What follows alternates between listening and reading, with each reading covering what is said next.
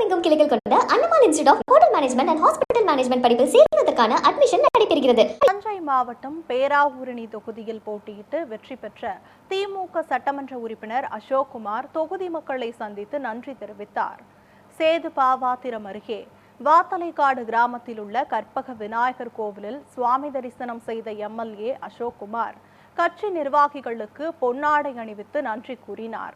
அதனைத் தொடர்ந்து விரியன்கோட்டை, கரம்பக்காடு, மல்லிப்பட்டினம், புதுப்பட்டினம், கொல்லுக்காடு ஆகிய பகுதிகளில் வாக்காளர்களுக்கு நன்றியை தெரிவித்துக் கொண்டார். அப்போது சட்டமன்ற உறுப்பினர் அசோக்குமாருக்கு இஸ்லாமியர்கள், மீனவர்கள் மாலை மற்றும் பொன்னாடை அணிவித்து சிறப்பான வரவேற்பு அளித்தனர். பின்னர் பேட்டியளித்த எம்எல்ஏ அசோக்குமார், தென்னை ஆராய்ச்சி நிலையம், மீன்கள் பதப்படுத்தும் தொழிற்சாலை, நெல் கிடங்கு கொண்டு வர நடவடிக்கை எடுப்பேன் என தெரிவித்தார்.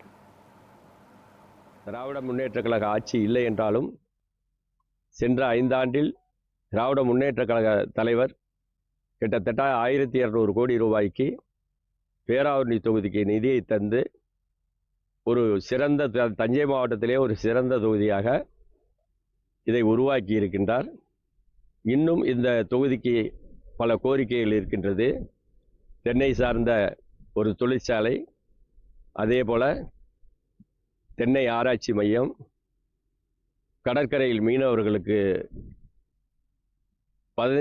மீன் பிடிக்கின்ற மீன்களையும் இறால்களையும் பதப்படுத்துவதற்கு குளிர் சாதன கிடங்கு, பெருவளூர் பகுதிக்கு நெல் சேமிப்பு வைப்பதற்கு ஒரு பெரிய குடோன் போன்றவற்றை நான் அரசிடம் கேட்டு நான் இங்கே பணியாற்றுவதற்காக இருக்கின்றேன்.